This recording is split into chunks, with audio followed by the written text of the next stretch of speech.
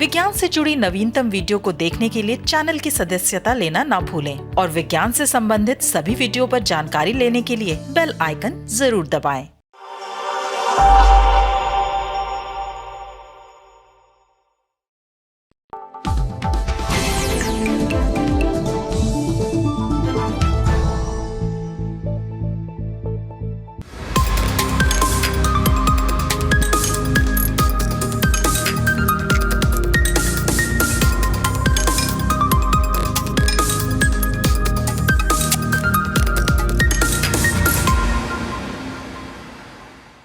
नमस्कार, साइटेक के एक नए एपिसोड के साथ मैं दीक्षा एक बार फिर से हाजिर हूं। आज के एपिसोड में जानेंगे हाथी से जुड़े एक रोचक शोध के बारे में और साथ ही समझेंगे एसी की कूलिंग केमिस्ट्री को। तो देर किस बात की है, चलिए शुरू करते हैं आज का साइटेक। हाथी के करतबों और कारनामों से तो आप सब वाकिफ ही हैं और इनमें से ज्यादातर कारनामों को अंजाम देती है हाथी की सूंड। लेकिन क्या आपको पता है कि हाथी की सूंड जापानी बुलेट ट्रेन से भी ज्यादा तेज रफ्तार में पानी खींचती है। हाल ही के एक शोध में हाथी के सूंड से खाने पीने में इस्तेमाल की प्रक्रिया का पता चला है, जिसे वैज्ञानिक रोबोटिक्स के विकास के लिए अहम मान रहे हैं। आइए जानते हैं विस्तार से।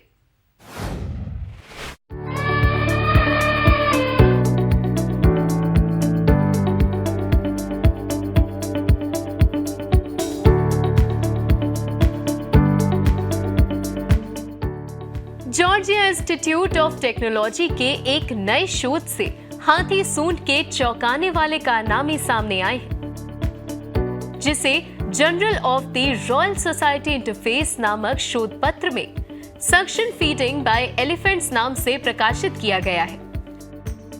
ये अध्ययन इस समझ को बेहतर करने के लिए था कि हाथी हवा, पानी, भोजन और अन्य वस्तुओं के लिए अपने सूंड का उपयोग कैसे करते हैं।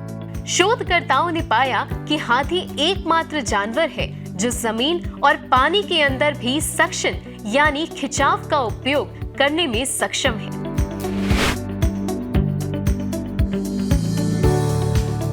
अध्ययन का नेतृत्व कर रहे पीएचडी विद्यार्थी एंड्रयू स्कल्स ने कहा कि हाथी अपने सूंड का उपयोग सूटकेस जैसे करते हैं, जो जरूरत पड़ने पर फैल सकता है।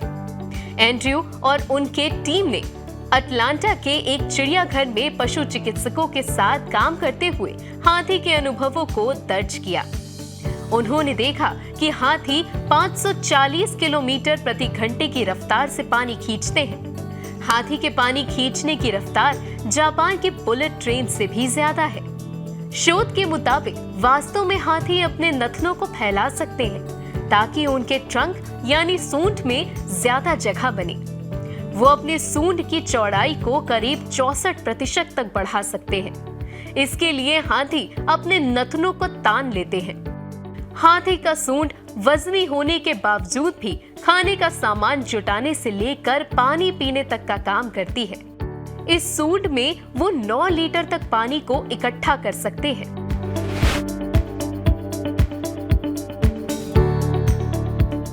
सक्शन यानी खिंचाव के बारे में ज्यादा जानने के लिए शोधकर्ताओं ने हाथी को टॉर्टिला चिप दिया और उस पर लगाए गए बल का मापन किया।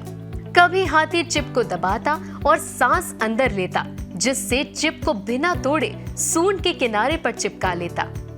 ये वैसे ही है जैसे कोई अपने मुंह पर कागज रख सांस अंदर लेता है। कभी हाथी सक्शन का इस्तेमाल एक दूरी से भी करता और चिप को अपने सूंड के किनारे पर लाता। शोधकर्ताओं के मुताबिक हाथी अपने सूंड का इस्तेमाल स्विस आर्मी नाइफ की तरह करता है। ये चीजों का गंध पता कर उसे हासिल करता है। वो चीजों को एक पत्ते की तरह फूंक कर उड़ा देता है और या फिर वो वैक्यूम की तरह काम करता है। शोधकर्ताओं ने हाथी के एक एक्वेरियम से पानी खींचने की गति का भी पता लगाया। हाथी ने मात्र 1.5 सेकंड में 3.7 लीटर पानी खींच लिया।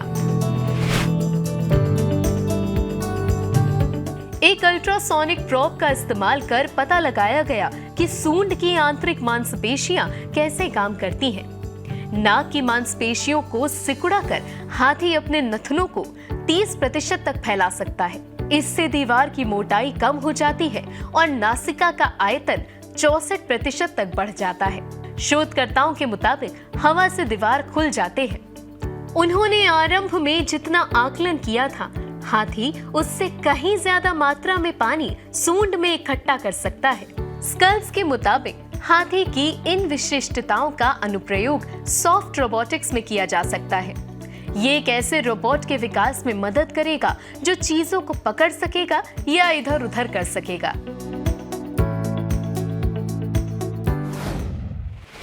गर्मी से राहत पाने के लिए आपने एसी का इस्तेमाल कई बार किया होगा, लेकिन क्या आपको पता है कि एसी की कूलिंग में भी विज्ञान छिपा हुआ है? नहीं तो चलिए आज एयर कंडीशनिंग की केमिस्ट्री को समझते हैं।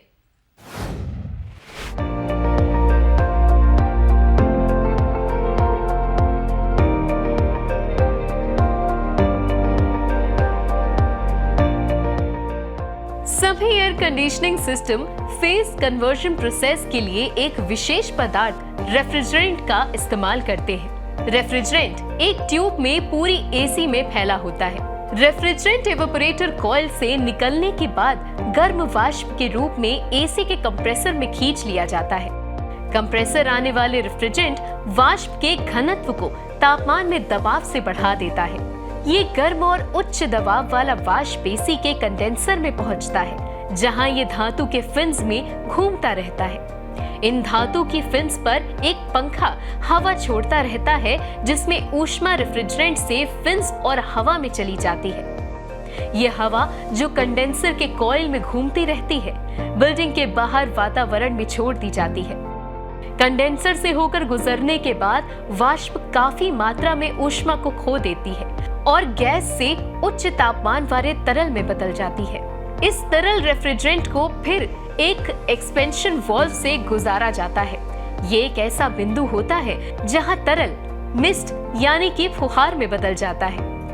तरल पदार्थ के मिस्ट में बदलने पर दबाव में कमी आती है और पदार्थ फैल जाता है और ऊष्मा उत्सर्जित होने के कारण मिस्ट तुरंत ही ठंडी हो जाती है।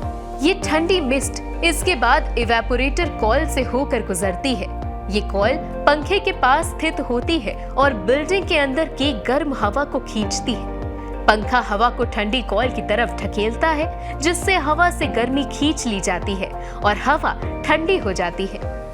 ऊष्मा का रेफ्रिजरेंट पर स्थानांतरण इसे दोबारा से गर्म वाष्प में बदल देता है और ये कंप्रेसर में जाकर फिर से साइकिल को शुरू करता है।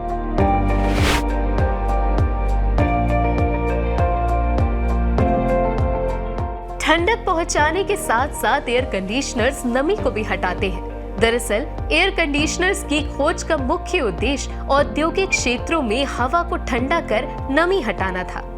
भौतिक विज्ञान के अनुसार गर्म हवा ठंडी हवा की अपेक्षा ज्यादा पानी को धारण करती है। जैसे ही ये एसी के इवेपोरेटर कॉइल के संपर्क में आती है, ये नमी को छोड़ देती है। ये कॉइल पर कंडेंसेशन बनाती है। हवा से उमस को हटाने और घटे हुए तापमान के संयुक्त रूप को ही एयर कंडीशनिंग कहते हैं।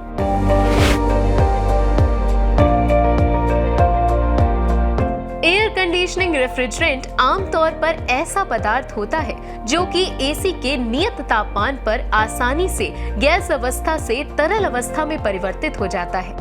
आमतौर पर कार्बन डाइऑक्साइड, अमोनिया और नॉन हेलोजिनेटेड रसायनों का इस्तेमाल रेफ्रिजरेंट के तौर पर अलग अलग कूलिंग एप्लीकेशंस में किया जाता है। इससे पहले क्लोरोफ्लोरोकार्बन यानी कि CFC और हाइड्रोक्लोरोफ्लोरोकार्बन का इस्तेमाल किया जाता था।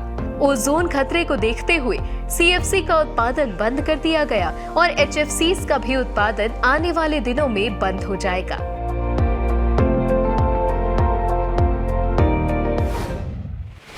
तो कैसा लगा आपको आज का SciTech? हमें जरूर बताएं। आप अपने सुझाव नीचे लिखी आईडी पर भेज सकते हैं और साथ ही इंडिया साइंस को फॉलो करें और सब्सक्राइब भी जरूर करें। आज के लिए बस इतना ही, फिर मिलेंगे। नमस्कार।